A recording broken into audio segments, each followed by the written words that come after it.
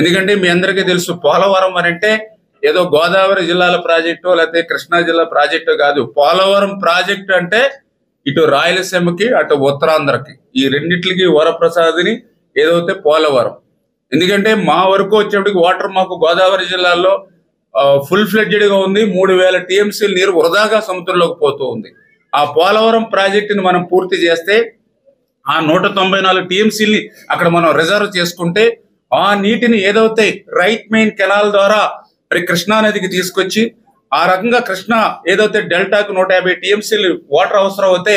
మరి 80 టీఎంసీలు మనం గోదావరి జలాలు తీసుకుంటే ఆ 80 టీఎంసీలు మీకు ఇక్కడ శ్రీశైలంలో రిజర్వ్ చేసుకుని ఆ 80 టీఎంసీలు ఇటు రాయలసీమకి పంపించేటువంటి ఏర్పాటే వీళ్ళ పోలవరం ప్రాజెక్టు పూర్తవుతే ఆ రకంగా అదనంగా కూడా ఈ రోజు మనం ఒక 80 టీఎంసీలు మనం మరి వాడుకునేటువంటి పరిస్థితి ఉంటుంది శ్రీశైలం బ్యాక్ వాటర్ ద్వారా. అదేవిధంగా అటు ఉత్తరాంధ్రకి ప్రత్యేకించి విశాఖపట్నానికి త్రాగునీరుకి కానీ స్టీల్ ప్లాంట్కి కానీ ఇవన్నిటికి ఉపయోగపడేటువంటి విధంగా లెఫ్ట్ మెయిన్ కెనాల్ ఆ రకంగా అటువంటి పోలవరం ప్రాజెక్టు పూర్తయి ఉంటే ఈ రోజు ఇంకా మీకు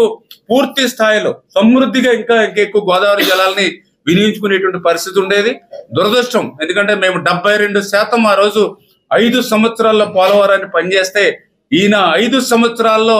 2% పురోగతి చూపిస్తున్నాడు కానీ ఆ 2% మాట అటుంచి 20% వెనక్కి పోయి పోలవరం కూడా విధ్వంసం గురైనటువంటి పరిస్థితి. మేం కాదు ఏదైతే సాక్షాత్ ఐఐటి హైదరాబాద్ నిపుణులే వాళ్ళు ఇచ్చినటువంటి నివేదికే చెప్తున్నటువంటి పరిస్థితి. ఆ పోలవరం విధ్వంసం గురైనటువంటి స్థితిలో మళ్ళీ వేరే చంద్రబాబు నాయుడు గారు కూడా మరి 3 సార్లు ప్రత్యేకంగా జలవనరుల శాఖ కేంద్ర జలశక్తి మంత్రివర్యులు కానీ ప్రధానమంత్రితో కూడా మాట్లాడి ఆ పోలవరానికి కావాల్సినటువంటి ఏదైతే ఫస్ట్ ఫేజ్ ఆ 12,157 కోట్లు కూడా గ్రాంట్ తీసుకొచ్చి రేపు నవంబర్ నుంచి మళ్ళీ ఆ పోలవరం పనుల్ని మళ్ళీ గాడిలో పెట్టి అది కూడా పూర్తి చేయడం ద్వారా రేపు భవిష్యత్తులో ఆ గోదావరి జలాలు ఇటు రాయలసీమ వైపు కూడా ప్రవహించేటువంటి విధంగా ప్రణాళికలు చేసుకుని భవిష్యత్తులో ఏదైతే ఎన్టీ రామారావు గారు కలలు కన్నటువంటి ఆ రాయలసీమ ఏదైతే ఉందో దాన్ని రతనాల సీమగా మార్చేటువంటి విధంగా మా పాలన భవిష్యత్తులో ఎన్డీఏ పాలన తెలుగుదేశం జనసేన బీజేపీ పాలన ఉంటుంది. అందుకే మేము కూడా ప్రత్యేకమైన దృష్టి పెట్టి ఇవాళ నీటిపారుదల శాఖ మంత్రిగా కూడా మరి ఈ రోజనే కాదు రేపు ప్రతి నెలలోనూ కూడా మరి ప్రత్యేకించి రాయలసీమ మీద చంద్రబాబు నాయుడు గారి యొక్క ఆదేశాల ప్రకారం దృష్టి పెట్టి ఇవన్నీ కూడా 1 by 1 ఒక్కొక్కటి కూడా పూర్తి చేస్తామని చెప్పి మీ ద్వారా అందరికి కూడా తెలియజేసుకుంటూ ఉన్నాం. Thank you. ఏదైతే అందరి నివాకు సంబంధించి ఇప్పుడే మీకు చెప్పడం జరిగింది. గత 5 సంవత్సరాల్లో మరి 5 రూపాయల పని కూడా చేయలేనిటువంటి పరిస్థితిలోనే మనకి కళ్ళెదర మోటార్లు కనిపిస్తున్నా కూడా వాటిని ఉపయోగించుకుని ఆ 3,850 క్యూసెక్ నీరు కూడా తీసుకోలేకపోతూ ఉన్నాం. అందుచేతనే ఇప్పుడే మేము అధికారులతో కూడా ఒక యాక్షన్ ప్లాన్ ఒకటి తయారు చేసుకుని ఒక రోడ్ మ్యాప్ క్లియర్ చేసుకుని ఏదైతే ఇప్పుడు మరి విని వెంటనే దానికి ఏదైతే టెండర్స్ కానీ దాన్ని ఎట్లా మనం వర్క్ చేసుకుని ఏ టైంకి టెండర్స్ మనం పిలవాలి ఏ టైం క్లోజ్ చేసుకోవాలి ఎప్పుడు ఒక క్యాలెండర్ వేసుకుని రేపు ఏదైతే జూలై నెలకి అంటే మళ్ళీ మనకు సెకండ్ సీజన్ స్టార్ట్ అవుతుంది కాబట్టి ఆ సెకండ్ సీజన్ అంటే మనం గవర్నమెంట్ వచ్చిన తర్వాత సెకండ్ సీజన్ కల్లా అంటే ఈ మళ్ళీ నెక్స్ట్ సీజన్ వేస్ట్ అవ్వకుండా ఉపయోగించుకోవాలనే విధంగా ప్లాన్ చేసుకుంటూ ఉన్నాం. అది అందుకని వేళ ఒకసారి ప్రత్యక్షంగా ఒకసారి ఫిజికల్ గా ఒకసారి ఆ హందరినివాని మనం పరిశీలించి అక్కడ ఉన్నటువంటి లోపాలు ఏవైతే ఉన్నాయి అక్కడ ఉన్నటువంటి బాటిల్ నెక్స్ ఏదైతే మనం క్లియర్ చేయాలి ఎక్కడ మనం ప్రయారిటీ ఇవ్వాలనేది ఒక కళ్ళంతా కూడా మనం కూడా చూస్తే ఒక అవగాహన వస్తుంది అనేటువంటి ఆలోచనతో వస్తున్నాం. అంచేత తప్పనిసరిగా ఈ నెలాఖరికల్లా దాని మీద ఒక నిర్ణయం తీసుకుని దాని వెంటనే పనులు అంటే టెండర్స్ ప్రక్రియకి దగ్గర నుంచి పూర్తయ్యేంత వరకు వచ్చే నెల మొదటి వారంలోనే ఆ ప్రక్రియకి శ్రీకారం చుడతాం.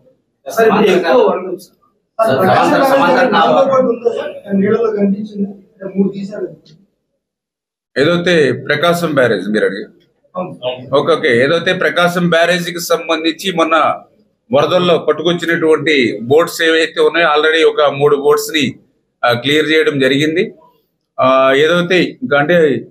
అక్కడికి వరదల్లో వచ్చినప్పుడు అయితే 5 బోట్లు కనిపించినటువంటి పరిస్థితి. కానీ ప్రెసెంట్ ఇప్పుడు మనకి 3 బోట్లు మాత్రమే ఐడెంటిఫై అయ్యి మిగిలినటువంటి 2 బోట్లు కూడా కిందకి పోయాయి అనేది చెప్తూ ఉన్నారు. అయితే అది కూడా ఒకసారి ఐడెంటిఫై చేసి కింద ఎవరైతే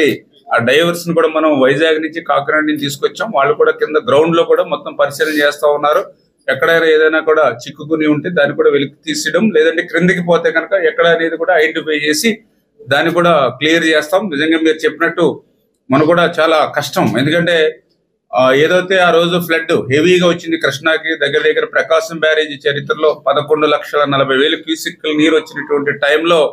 అటువంటి పడవలు, అటువంటి బోట్స్, ఎందుకంటే మేము కూడా చూడలేదు, ఏదో బోట్ అంటే ఒక 40 టన్నులు ఉంటుందని చెప్పారు వెయిట్, కానీ తీరా చూస్తే అది దగ్గర దగ్గర 100 టన్నులు, అంటే దగ్గర దగ్గర మరి ఒక 10 లారీలు 8 లారీలు శాండ్ ని యథేచ్ఛగా ట్రాన్స్పోర్ట్ చేసే కెపాసిటీగా ఆ బోట్స్ ని తయారు చేశారని అంటే, ఏదైతే మేము డైవర్స్ కూడా తీసుకొచ్చి వాటిని కట్ చేయాలి రెండింటి కింద చూస్తే లోపల ఒక ఐరన్ లేరు, కింద ఒక ఐరన్ లేరు, మళ్ళీ సెంటర్ లో దానికి మళ్ళీ లైనింగ్, అవన్నీ చూస్తే ఎంత పగడబందీగా బోట్స్ ఉన్నాయి అనేది. పైగా ఆ బోట్స్ ను కూడా మళ్ళీ సింగిల్ గా బోట్ వస్తే మనం ఏదో ఒక దాన్ని తీసుకురావచ్చు, కానీ ఆ బోట్స్ ను కూడా లింక్ చేసి, అంటే 3 బోట్లను కూడా మళ్ళీ ఒకదాని కూడా లింక్ చేసి మళ్ళీ దాన్ని శాండ్ తో కూడా నింపి పంపించారని అంటే,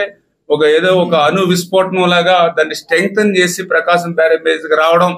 అనేక అనుమానాలకి. ఎందుకంటే ఆ 3 బోట్స్ కూడా మరి ఒకే యజమానికి సంబంధించినవి కావడం, ఎందుకంటే అక్కడ దగ్గర దగ్గర 150 నుంచి 180 బోట్స్ దాకా ఉన్న ఏరియాలో, కానీ అవి కాకుండా ఒకే యజమానికి సంబంధించి 3 బోట్స్ రావడం, అవి కూడా లింకప్ అయి రావడం, అది కూడా ఒక ఫ్లడ్ కి ముందు ఒక 20 రోజుల ముందే అవతల నుంచి ఈ గొల్లపూడి తీసుకొచ్చి ఇక్కడ కట్టడం, ఒక్కొక్క బోటు కూడా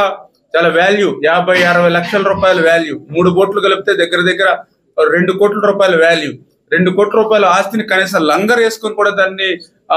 రక్షించుకోకుండా ఏదో ఒక తాడుతో దాన్ని కట్టాడని అంటే, ఇవన్నీ కూడా దర్యాప్తు జరుగుతూ ఉంది. ఖచ్చితంగా దాని మీద కూడా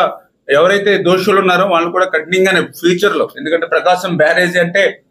అది 170 సంవత్సరాల చరిత్ర, 100 సంవత్సరాలు బ్రిటిష్ వారు, 70 సంవత్సరాలు ప్రకాశం పంతులు గారు మన గవర్నమెంట్ ఆఫ్ ఆంధ్రప్రదేశ్ నిర్మాణం చేసుకున్నటువంటి బ్యారేజీ నిజంగా కౌంటర్ వెయిట్ కి తగిలింది కాబట్టి సరిపోయింది. ఎందుకంటే ఆ బోట్ ఢీకొనడాన్ని బట్టి 17 టన్నుల వెయిట్ అది కౌంటర్ వెయిట్ అంటే, మరి 17 టన్నులు అనేటువంటి కౌంటర్ వెయిటే 2 ముక్కలైంది. నిజంగా ప్రకాశం బ్యారేజీ సెంటర్ పిల్లర్ కనుక తగిలి ఉంటే ఈవేళ బ్యారేజీ పరిస్థితి ఏంటి, బ్యారేజీ కింద ఉన్నటువంటి జిల్లాల పరిస్థితి ఏంటి అంటే, ఈ యొక్క ప్రతిపక్షంలో ఉన్నటువంటి వ్యక్తికి ఎంత ఆలోచనలు అంటే మేము ఈ 100 రోజుల్లో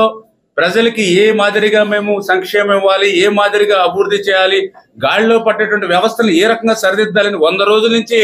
అటు ముఖ్యమంత్రి గారు కానీ, ఇటు మంత్రులు కానీ, ప్రజాప్రతినిధులు మేము ఒక రకంగా రాష్ట్రం కోసం కష్టపడుతూ ఉంటే, అతను ఈ రాష్ట్రాన్ని మళ్ళీ